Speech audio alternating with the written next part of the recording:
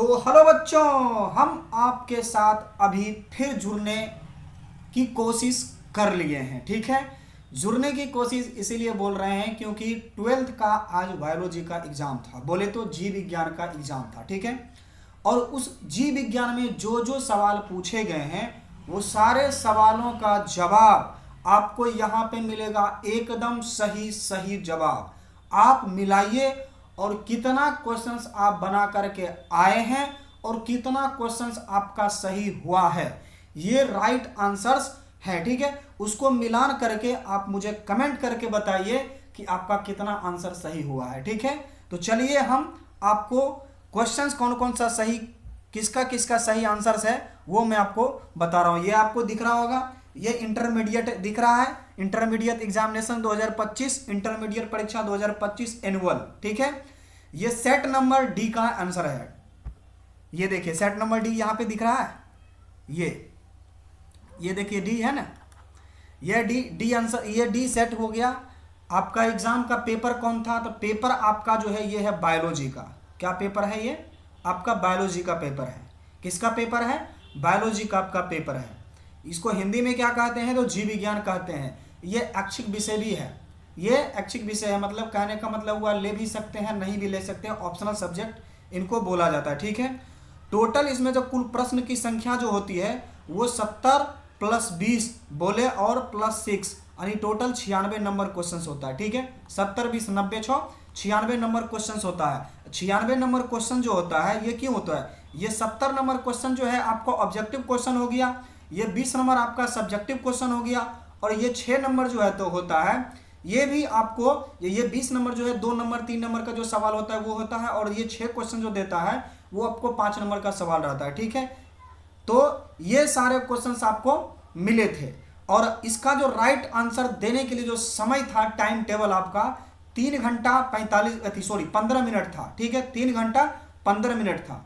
ठीक है, तो चलिए अब हम क्वेश्चन का जो है सही सही आंसर सीट आपको बताते हुए चलेंगे। देखिए पहला क्वेश्चन में क्या कर रहा है, पहला क्वेश्चन है निम्नलिखित में से कौन परिदलपुंज का भाग है? परिदलपुंज का जो भाग होगा वो कहलाएगा परिदलपत्र। क्या कहलाएगा? वो कहलाएगा क्या? परिदलपत्र कहलाएगा। ठीक है, चलिए अगला सवाल, अगला सवाल इसमें बोल रहा है कि मनुष्य में निम्नलिखित में से कौन सी कोशिकाएं जो है वो गतिशील होती है? गतिशील कोशिकाएं कौन सी होती है? तो वो शुक्राणु कोशिका, वो शुक्राणु कोशिका जो है वो गतिशील कोशिका है। मनुष्य की सबसे गतिशील कोशिका जो है वो शुक्राणु कोशिका है। ठीक है, चलिए अगला सवाल, अगला सवाल में कह रहा है कि निम्न में से कौन लिंग संलग्न गुण है? देखिए लिंग संलग्न गुण जो है वो वर्धानता भी कहलाता है। ये देखिए वर्धानता हो गया, और राइट आंसर जो इसका हो जाएगा वो हो जाएगा गंजापन। क्या हो जाएगा? गंजापन इसका राइट आंसर हो जाएगा। ठीक है, चलिए अगला सवाल, अगला सवाल में कह रहा है कि निम्न में से कौन जीवित जीवाश्म है? जीवित जीवाश्म कौन है? तो इसमें आपका राइट आंसर हो जाएगा लैटिमेरिया। लैटिमेरिया जो है एक जीवित जीवाश्म है। ठीक है, चलिए अगला सवाल अगला सवाल बोल रहा है कि निम्नलिखित में से कौन सी गैस पृथ्वी पर प्रारंभिक काल से नहीं था? बोल रहा है कि जब से पृथ्वी का जो है जन्म हुआ था उस समय से कौन सा ऐसा गैस है जो कि नहीं था? तो पहले पृथ्वी पर जो था जीवन संभव नहीं था। जब जीवन ही संभव नहीं था तो ऑक्सीजन कहां से आएगा? तो इसका राइट आंसर हो जाएगा ऑक्सीजन। ठीक है, ये सारे के सारे सवाल A to Z सही के सही सवाल है, 100% सही सवाल का जवाब है। ठीक है, चलिए 6 नंबर सवाल में क्या कहता है? 6 नंबर सवाल देख लेते हैं। 6 नंबर सवाल में कह रहा है कि निम्नलिखित में से किसके द्वारा अभिसारी विकास प्रदर्शित होता है? बोल रहा है कि ये जीवाणु एवं प्रोटोजोआ, चूहा एवं कुत्ता, स्टार मछली एवं कतल मछली, कुत्ता मछली एवं व्हेल में से किसको जो है अभिसारी विकास प्रदर्शित करता है? तो उसको कहता है कुत्ता और मछली जो है, कुत्ता मछली और व्हेल को अभिसारी विकास प्रदर्शित करता है। ठीक है, चलिए अगला सवाल में कोशिश कर रहा हूं, अगला सवाल बता रहा हूं। अगला सवाल 7 नंबर सवाल में कह रहा है कि निम्नलिखित में से कौन एटाविज्म का उदाहरण है? निम्नलिखित में से कौन जो है एटाविज्म का उदाहरण है? तो एटाविज्म का उदाहरण जो कहलाता है वो बच्चे में जन्म के समय छोटी पूंछ जो है वो कहलाता है एटाविज्म का उदाहरण। ठीक है, बच्चे जो जिस टाइम बच्चे जन्म लेते हैं उस समय छोटी पूंछ होती है, उसको कहते हैं एटाविज्म। ठीक है, चलिए 7 नंबर हो गया। 8 नंबर सवाल का जवाब आपको दे रहे हैं। 8 नंबर सवाल में निम्नलिखित में से किसके द्वारा विकासशील शुक्राणु पोषण प्राप्त होता है। बोल रहा है कि विकासशील शुक्राणु पोषण जो प्राप्त करते हैं वो किनके द्वारा करते हैं, तो वो सर्टोली, क्या बोलते हैं, सर्टोली कोशिका के द्वारा विकासशील शुक्राणु पोषण प्राप्त करते हैं, सर्टोली कोशिका। ध्यान दीजिएगा। क्वेश्चन नंबर 9 में कह रहा है कि निम्नलिखित में से किसने न्यूटन, सिट्रॉन एवं रेकॉन पद प्रतिपादित किया था। तो वो किए थे जे लीडर वर्ग ने। वो कौन थे, वो जे लीडर वर्ग ने किए थे। ठीक है, चलिए 10 नंबर सवाल में निम्नलिखित में से कौन पारिस्थितिक तंत्र में एक से अधिक पोषण स्तर पर रह सकते हैं। क्या कह रहा है, पहले ध्यान से सुनिएगा सवाल को। ठीक है, कि ये जो चारों ऑप्शंस दिए हुए हैं, पादप प्लावक, जंतु प्लावक, मछली, और ये तीनों में से जो कोई भी है पारिस्थितिक तंत्र में एक से अधिक पोषण स्तर रह सकते हैं, तो वो है मछली। कौन है, वो है मछली। ठीक है, चलिए अगला सवाल आपका राइट आंसर होने वाला है। वो आप देखिए राइट आंसर आपका क्या होने वाला है। राइट आंसर जो 10 नंबर हो गया, 11 नंबर राइट आंसर देख लेते हैं। 11 नंबर में कह रहा है कि नारियल मध्य फल भित्ति की प्रवृत्ति क्या होती है। नारियल के जो मध्य फल भित्ति जो होती है उसकी प्रवृत्ति कैसी होती है। फल के जो मध्य में होता है वो रेशेदार होता है। क्या होता है, रेशेदार होता है। ठीक है, चलिए 11 हो गया। 12 नंबर सवाल में देखते हैं। 12 नंबर सवाल में कह रहा है कि निम्नलिखित में से किसमें पुमंगों का निर्माण होता है। तो पुमंगों का निर्माण किसमें होता है, तो पुंकेश्वर में पुमंगों का निर्माण होता है। किसमें होता है, पुंकेश्वर में पुमंगों का निर्माण होता है। ठीक है, चलिए अगला सवाल में पूछ रहा है कि मनुष्यों में संलग्न समूहों की संख्या। संलग्न किसको बोलते हैं, गुणसूत्र को संलग्न बोलते हैं। ठीक है, तो मनुष्यों में कितने गुणसूत्र जो होते हैं, कितने समूहों की संख्या, मतलब कितने गुणसूत्र पाए जाते हैं, वो नहीं पूछ रहा है, समूहों की संख्या पूछ रहा है। ठीक है, तो वो हो जाएगा 23 जोड़ा। कितने जोड़ा पाए जाते हैं, तो वो पाए जाते हैं 23 जोड़ा। यहाँ पे 46 गुणसूत्र अगर पूछ लेते कितने गुणसूत्र होते हैं, तो वो हो जाते हैं 46। कितने हो जाते हैं, 46। लेकिन समूहों की संख्या पूछ रहे, तो 2 समूह होते हैं, उसमें एक समूह में कितना होता है, तो 23 होता है। ठीक है, चलिए अगला सवाल देख रहे हैं, कितना कन्फ्यूजन वाला सवाल दे रहा है।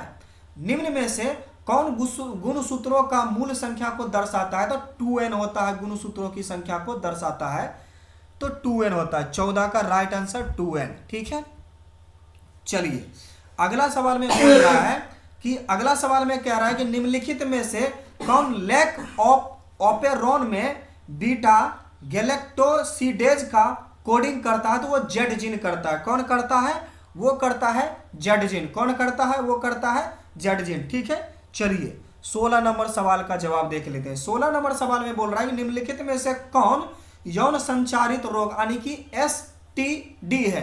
कौन जो है एसटीडी रोग से संचारित है, तो वो सिफिलिस हो जाएगा, गोनोरिया हो जाएगा। ये दोनों आपका राइट आंसर हो जाएगा। कौन हो जाएंगे, ये दोनों जो है आपका राइट आंसर हो जाएंगे। ठीक है, चलिए अगला सवाल है 17 नंबर। 17 नंबर में कह रहा है कि निम्नलिखित में से किस स्तर पर भ्रूण का स्थानांतरण फैलोपियन नलिका बोलिए या ट्यूब बोलिए जो किया जाता है, वो किसके लिए किया जाता है, तो 8 कोशिकीय भ्रूण के लिए किया जाता है। किसके लिए किया जाता है, तो 8 कोशिकीय भ्रूण के लिए किया जाता है। ठीक है, चलिए 18 नंबर सवाल में जो है निम्नलिखित में से कौन मानव जनसंख्या के वैज्ञानिक अध्ययन को दर्शाता है, तो वो दर्शाता है जनसंख्यांकी। कौन दर्शाता है, तो जनसंख्यांकी आपका राइट आंसर है। ठीक है, 18 हो गया। ठीक है, चलिए 19 नंबर सवाल में क्या कहता है। 19 नंबर सवाल में कह रहा है कि निम्नलिखित में से मनुष्यों की त्वचा का रंग कैसा होता है, तो मनुष्यों का जो त्वचा का जो रंग होता है वो होता है मेना ध्यान दीजिएगा, मेनानीन। ये राइट आंसर है। ठीक है, आप देखिए इसमें से बहुत बच्चे मात्रकता मानते होंगे, गुणात्मकता मानते होंगे, एकाधीन जीन माने होंगे, इनमें से सभी भी माने होंगे, ठीक है। लेकिन आपका जो राइट आंसर है वो मेनानिन होगा, ठीक है। ये आप या तो बोर्ड की गलती कहिए या हो सकता है मेरा गलती हो, क्योंकि मेरा ही आंसर गलत हो, वो भी हो सकता है। लेकिन अभी इस पे कुछ कहा नहीं जा सकता है, ठीक है, क्योंकि ये क्वेश्चन जो है हमने जहां तक हमें पता है ये मेनानिन होगा। मनुष्य की त्वचा का जो रंग जो निर्धारित करता है वो मेनानिन करता है। कौन करता है? वो मेनानिन करता है, ठीक है। चलिए 20 नंबर सवाल का जवाब देखते हैं। 20 नंबर में सवाल में कह रहा है कि न्यूरोस्पाइरो में 8 एस्कोस्पाइरो कैसे बनते हैं? तो वह एक समसूत्री और एक अर्धसूत्री विभाजन के द्वारा बनते हैं। एक समसूत्री और एक अर्धसूत्री विभाजन के द्वारा बनते हैं, ठीक है। चलिए 20 नंबर हो गया। अब 21 नंबर सवाल में देखते हैं कि महिला रूपी लक्षण जो है वो जो इस पुरुष में महिला का लक्षण पाए जाते हैं उसको क्या कहेंगे? उनको कहेंगे गायनोमार्फ। उनको क्या कहेंगे? उनको कहेंगे गायनोमार्फ, ठीक है। चलिए अगला सवाल में कह रहा है कि मैंग्रोव वनस्पतियां कहां पाई जाती है? तो मैंग्रोव वनस्पतियां सुंदरवन में पाई जाती है, ठीक है। कहां पाई जाती है? तो सुंदरवन में पाई जाती है। बहुत ही अच्छा जगह है। इसमें आप पूछ रहा है निम्नलिखित में से द्वितीय अनुक्रम जो है वो कहां पाए जाते हैं? तो द्वितीय अनुक्रम जो पाए जाते हैं उजरे हुए वन में पाए जाते हैं। कहां पाए जाते हैं? उजरे हुए वन में पाए जाते हैं, ठीक है। अब देखिए ये 24 नंबर सवाल में बोल रहा है कि निम्नलिखित में से उत्कृष्ट जैव उर्वरक कौन है? तो उत्कृष्ट जैव उर्वरक जो है वो हो जाएंगे एजोला। कौन हो जाएंगे? वो हो जाएंगे एजोला, ठीक है। चलिए निम्नलिखित में से कौन मनुष्य के विकास में महत्वपूर्ण प्रवृत्ति है? अब देखिए इसमें जो है या क्या बोल रहा है कि निम्नलिखित में से ये चारों ऑप्शंस दिए हुए हैं। चारों ऑप्शन में से मनुष्य के विकास में महत्वपूर्ण प्रवृत्ति जो है वो कौन निभाते हैं? तो हम क्या कर सकते हैं? सीधी मुद्रा भी हो जाएगा, द्विनेत्री दृष्टि भी हो जाएगा, बढ़ती हुई कपाल क्षमता भी हो जाएगा। तो इनमें से सभी आप लगा सकते हैं, ठीक है। इनमें से सभी 25 नंबर का डी, ठीक है। चलिए अगला सवाल में बोल रहा है कि निम्नलिखित में से किस प्रकार का प्रजनन अमीबा में अनुकूल परिस्थिति में होता है? तो वो होता है द्विविखंडन। क्या होता है? वो होता है द्विविखंडन, ठीक है। चलिए अगला सवाल है 27 नंबर। मनुष्य में शुक्राणु की क्षमता कहाँ विकसित होती है?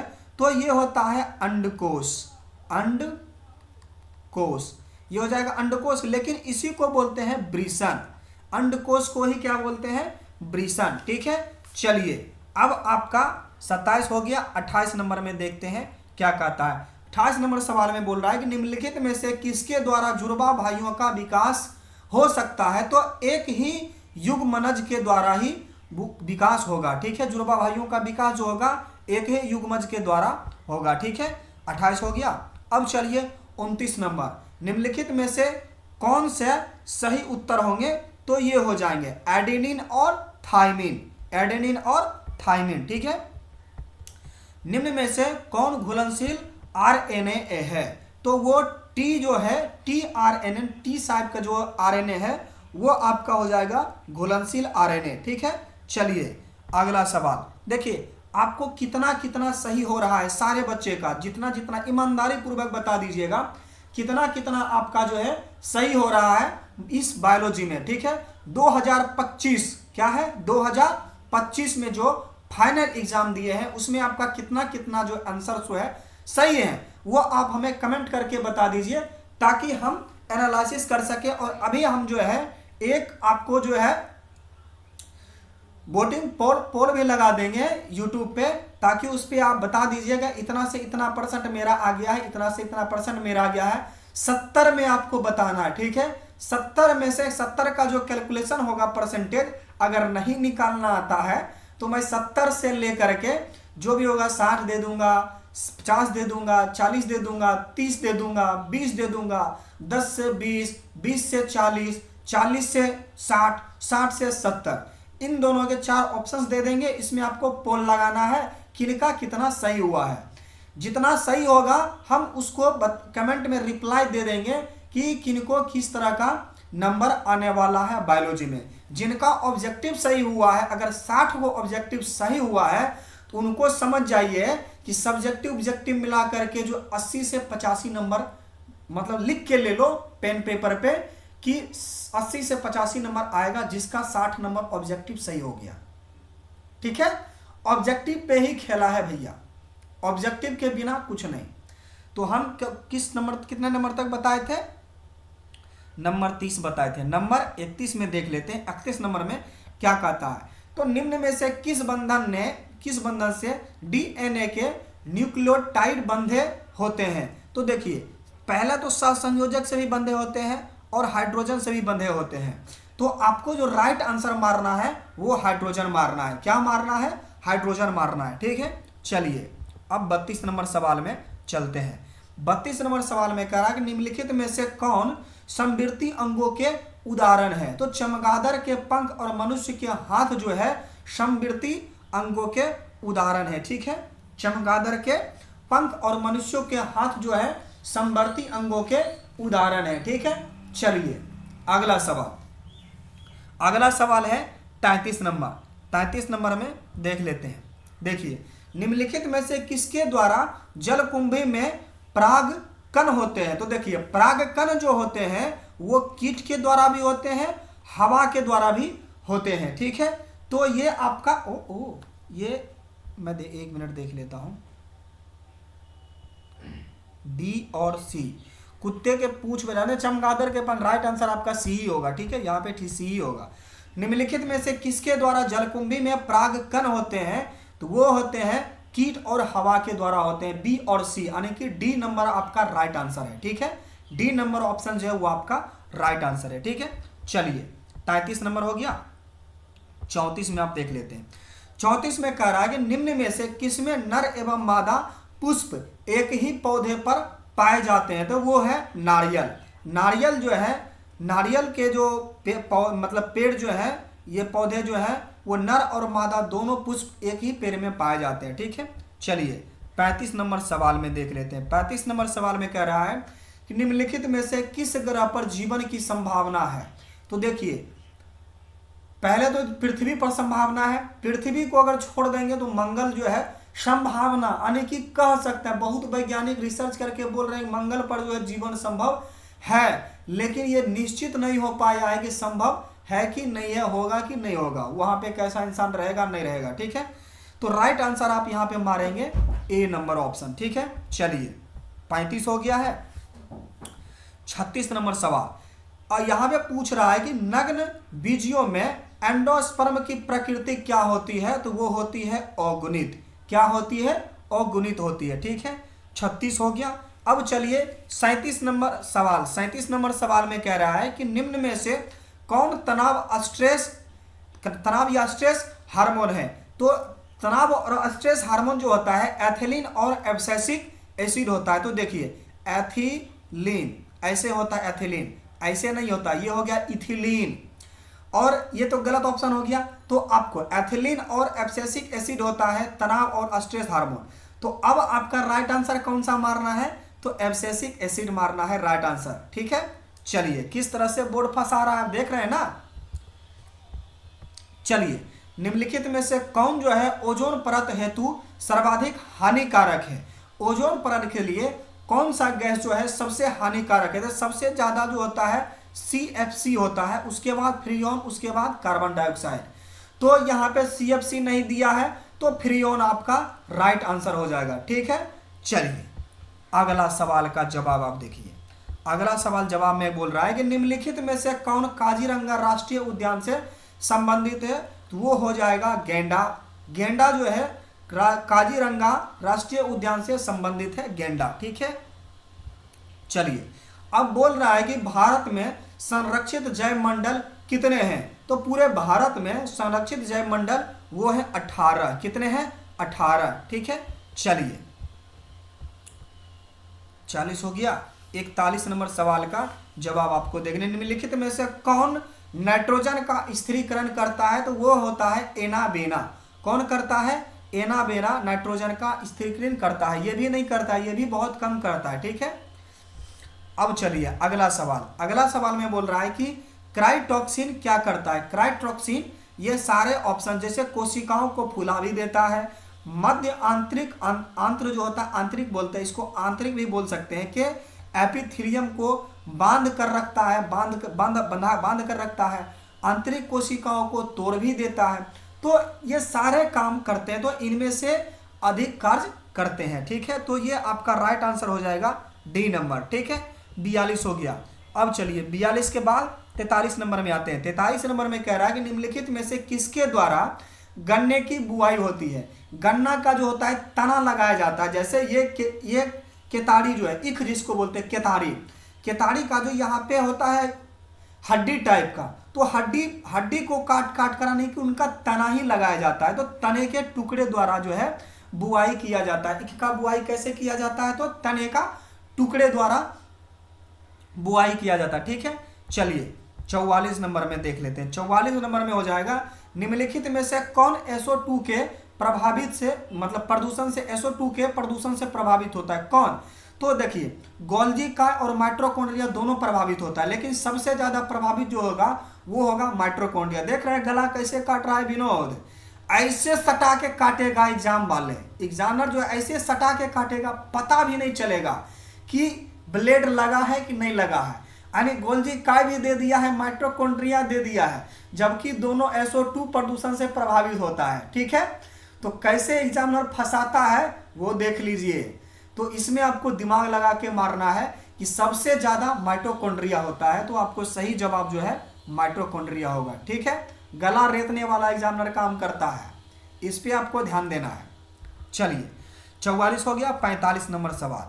45 नंबर सवाल में बोल रहा है कि निम्नलिखित में से कौन जन्म से लेकर मृत्यु के बीच की अवधि होता है। तो जीवन काल होता है, जीवन चक्र नहीं होता है, जीवन काल होता है, अवधि मतलब काल। ठीक है, चलिए 45 हो गया। अब चलिए 46 नंबर सवाल। 46 नंबर सवाल में कह रहा है कि निम्नलिखित में से किस हार्मोन के द्वारा सर्टोली कोशिकाओं का नियंत्रण होता है। सर्टोली कोशिकाओं का नियंत्रण FSH के द्वारा होता है, FSH के द्वारा होता है। ठीक है, 47 नंबर सवाल में बोल रहा है कि निम्नलिखित में से कौन अपरा से होकर नहीं गुजर सकता है। अपरा से होकर नहीं गुजर सकता है, यह सवाल देखिए बहुत सोच समझकर मैंने ये जवाब दिया है। मातृप्रतिरक्षी होगा। ठीक है, इसका जवाब जो है मातृप्रतिरक्षित होगा। चलिए 48 नंबर सवाल। 48 नंबर सवाल में क्या कहता है, निम्नलिखित में से कौन नई प्रजातियों के निर्माण का महत्वपूर्ण कारक है। नई प्रजातियों के निर्माण का महत्वपूर्ण कारक जो हो जाएगा वो हो जाएगा उत्परिवर्तन। क्या हो जाएगा, उत्परिवर्तन। ठीक है, चलिए 48 हो गया। 49 निम्नलिखित में से किसके विवर को कोरक रंध्र के नाम से जाने जाते हैं। तो वो कहलाते हैं कोरक विवर जो है, कोरक विवर को कोरक रंध्र के नाम से भी जाने जाते हैं। ठीक है, चलिए यानी कि कोरक रंध्र का दूसरा नाम हो जाएगा कोरक विवर। अब देखिए इसमें निम्नलिखित में से जो है किस पद का प्रयोग किसी निश्चित क्षेत्र में पाई जाने वाली जनसंख्या हेतु किया जाता है। तो वो कहलाता है महामारी। क्या होता है, महामारी। ठीक है, 50 हो गया। अब 51 नंबर में बोल रहा है कि निम्नलिखित में से कौन सा प्रभाविता में F2 संतति के प्रारूप अनुपात को दर्शाता है। तो वो दर्शाता है 3:1 को। किसको दर्शाता है, 3:1 को। ठीक है, चलिए निम्नलिखित में से कौन DNA द्वारा RNA के निर्माण से संबंधित है। तो यहां पे आपको ध्यान देना है, ट्रांसलेशन, रेप्लिकेशन, ट्रांसक्रिप्शन और ट्रांसडक्शन। ये देखिए अक्शन, डक्शन, क्रिप्शन, सप्शन सब लगा हुआ है। ठीक है, तो इसमें जो आपको मारना है ट्रांसक्रिप्शन मारना है। ये राइट आंसर है ट्रांसक्रिप्शन, इसी पे आपको फोकस करना है, ये ही आपका राइट आंसर है। इक्शन, डिक्शन, सिलेक्शन ये जो एग्जामिनर ऐसे गला काटने के लिए दिया जाता है कि ऐसे ब्लेड लगाया, पता भी नहीं चला, बंदा गायब हो गया। ठीक है, तो एग्जामिनर जो ऑप्शन देगा आपको फंसाने के लिए देगा, लेकिन आपको फंसना नहीं है। कहता है ना, शिकारी आएगा, जाल बिछाएगा, दाना डालेगा, लोभ में फंसना नहीं। लेकिन फिर भी तोता जाके फंस जाता है, वही तोता बोलता है, वही तोता फंस जाता है।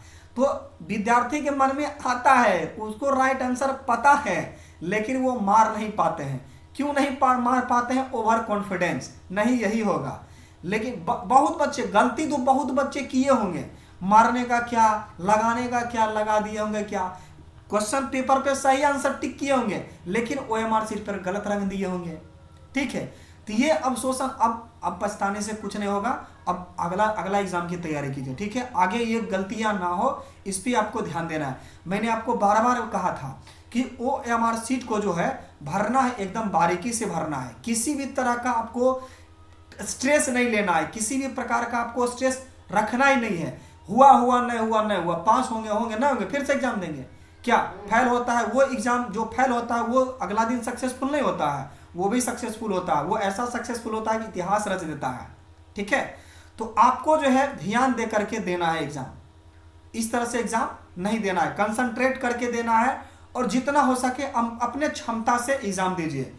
अभी नया मूवी ट्रेंडिंग में चल रहा है 12th फेल, जान रहे हैं 12th फेल, वो क्यों 12th फेल उसका नाम क्यों रखा गया था? क्योंकि उनके गांव में जो था हमेशा चोरी का धंधा चल रहा था, तो वहां से जो बच्चा था पास कर देता था, किसी तरह प्राइवेट कंपनी में जॉब करता था। लेकिन एक दिन उसका दिमाग खुला, बोला कि नहीं, हम फेल होंगे तो होंगे, लेकिन अपने मन से लिखेंगे, अपने जज्बे से, अपने ताकत से नंबर लाएंगे। तो उसमें क्या होता है, एक जुनून होता है। 3rd डिवीजन भी आइएगा तो आपका जुनून रहेगा कि नहीं भैया, हम अपने, इतना मेरे पास टैलेंट है कि हम अपने दम पर इतना काम कर लिए हैं। तो वही काम आपको करना है। एग्जामिनर जो है आपको ये गलती करने के लिए मजबूर करता है, लेकिन मजबूर होना नहीं है, आपको दिमाग से सही आंसर टिक करना है। ठीक है, चलिए 53 नंबर सवाल का जवाब आपको देना है। निम्नलिखित में से कौन मलेरिया रोग जनक है? तो मलेरिया रोग जनक जो होता है प्लाज्मोडियम होता है। कौन होता है? Plasmodium, option number A. ठीक है, चलिए 53 हो गया। 54 नंबर सवाल, 54 नंबर सवाल में कह रहा है निम्नलिखित में से किसके द्वारा सर्वाधिक और ऊर्जा का अवशोषण होता है? किसके द्वारा सर्वाधिक और ऊर्जा का अवशोषण होता है? तो वो होता है शैवाल को लगाकर। शैवाल को लगाकर जो है सर्वाधिक ऊर्जा का अवशोषण कर सकते हैं, शैवाल को लगा करके। ठीक है, 54। 55 नंबर में कह रहा है कि निम्नलिखित में से कौन सा तत्व क्लोरोफिल के पोरफिरिन वलय के मध्य में होता है? तो वो होता है मैग्नीशियम। कौन होता है? वो होता है मैग्नीशियम। ठीक है, चलिए 56 नंबर सवाल में कह रहा है कि निम्नलिखित में से किस पौधे में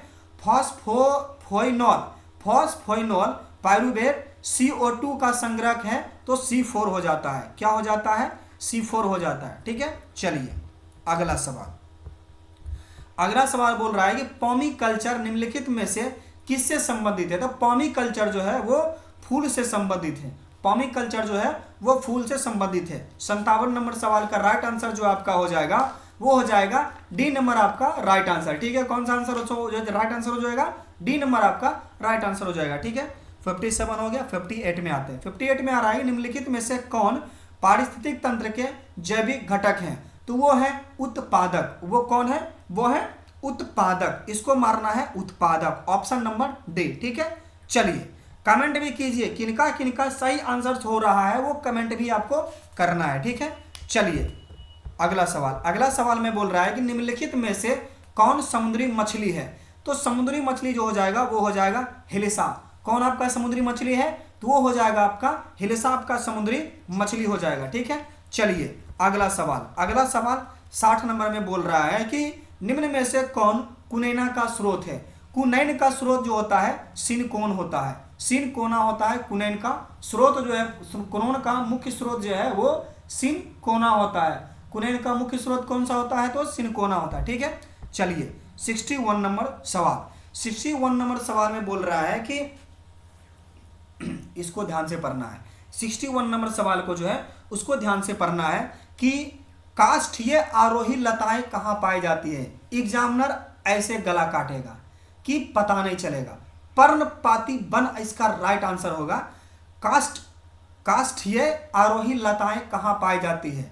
बहुत बच्चे के मन में सवाल आया होगा कि उष्णकटिबंधीय वर्षा वन में होगा। नहीं, पर्णपाती वन में ये पाए जाते हैं लताएं। ठीक है, काष्ठीय आरोही लताएं जो है पर्णपाती वन में पाए जाते हैं। ठीक है, चलिए अगला सवाल। अगला सवाल जो कह रहा है कि निम्नलिखित में से किसके प्रयोग से फसली पौधों को उत्परिवर्तन हेतु करते हैं, तो वो करते हैं गामा किरण। कौन से किरण से करते हैं, तो गामा किरण से करते हैं। ठीक है, चलिए अगला सवाल, निम्नलिखित में से ट्यूबर द्वारा किसमें कायिक प्रवर्धन होता है, तो वो होता है आलू। कौन होता है, आलू, सब्जियों का राजा। ठीक है, चलिए अगला सवाल, निम्न में से किस में गुणसूत्र का एक अतिरिक्त जोड़ा पाया जाता है, तो ट्राइसोमिक जो होता है उसमें एक अतिरिक्त जोड़ा पाया जाता है। ट्राइसोमिक में गुणसूत्र का एक अतिरिक्त जोड़ा पाया जाता है। ठीक है, चलिए 65 नंबर सवाल में बोल रहा है कि निम्नलिखित में से किस विधि द्वारा कैंसर कोशिकाओं का विभाजन संभव हो सकता है, तो समसूत्री विभाजन होता है। 65 का राइट आंसर क्या हो जाएगा, समसूत्री विभाजन हो जाएगा। जल्दी आप कमेंट करके हमको बताइए कि कितना आपका राइट आंसर हुआ है। ठीक है, चलिए निम्नलिखित में से कौन आरंभिक कोडोन है, कौन आरंभिक कोडोन है, तो वो आपका हो जाएगा AUG। देखिए बच्चा सही आंसर टिक आउट करके लाया। ठीक है, चलिए अगला बात बोल रहा है कि बायोलॉजी शब्द, देखिए किस तरह से एकदम ऐसे गला काटेगा। जबकि देखिए होता क्या है कि जीव विज्ञान का जनक किसको कहा जाता है, तो अरस्तु के कहा जाता है। लेकिन बायोलॉजी शब्द का प्रतिपादन पूछ रहा है, तो शब्द का प्रतिपादन कोई और वैज्ञानिक किए थे। ठीक है, अरस्तु वैज्ञानिक जो थे उन्होंने नहीं किए थे, लेकिन ऑप्शंस में ही नहीं दिए हैं, तो ये आप राइट आंसर यहाँ पे मजबूर है मारने के लिए, राइट आंसर यही होगा। ठीक है, चलिए 68 नंबर सवाल में बोल रहा है कि निम्नलिखित में से किसका संबंध पीली क्रांति से होंगे। बहुत बच्चा क्या मारा होगा, अंडा, लेकिन अंडा राइट आंसर इसका नहीं होगा। इसका आंसर जो होगा तेलहन के जो खेती जो होता है उसको पीली क्रांति के नाम दिया गया था, पीली क्रांति। तेलहन फसलों के लिए पीली क्रांति होता है, श्वेत क्रांति दूध के लिए होता है। ठीक है, चलिए अगला सवाल है कि पौधों के किस भाग में लौंग प्राप्त होता है, तो पुष्प में जो है लौंग प्राप्त होता है। पौधे के पुष्प वाले भाग में जो है लौंग प्राप्त होता है। ठीक है, चलिए अगला सवाल में बोल रहा है कि निम्नलिखित में से किसका प्रयोग रक्त में कोलेस्ट्रॉल की मात्रा को कम करने के लिए किया जाता है, तो वो होता है स्टार्टिन। इसका भी नहीं उपयोग होता है, इसका भी बहुत कम उपयोग होता है। ठीक है, लेकिन कोलेस्ट्रॉल की मात्रा रक्त में जो है उस कोलेस्ट्रॉल की मात्रा को कम जो करता है वो करता है स्टार्टिन। कौन करता है, तो स्टार्टिन जो है वो मात्रा को कम करता है। ठीक है, चलिए ये थे आपका राइट आंसर्स। जल्दी से आप कमेंट करके हमको बताइए कि कौन से बच्चों को कितना सही हुआ है। ठीक है, मैं अभी आपको पोल लगा रहा हूं, उस पोल में आप जल्दी से जल्दी जवाब दीजिए और जल्दी से जल्दी कमेंट कीजिए। ठीक है, तो चलिए बच्चों आज हम अपनी वाणी को यहीं पे विराम देते हैं, और अभी कुछ देर के बाद ही मैं जो सोशल साइंस का जो सब्जेक्ट है, सोशल साइंस 10th का, उसका मैं लाइव सेशन लेकर के आ रहा हूं। अभी जो ये वीडियो जो आया है इसी की वजह से लाइव सेशंस को मैंने रोक दिया था। ठीक है, तो चलिए अब इस सेशन को हम यहीं पे समाप्त करते हैं। Thank you very much.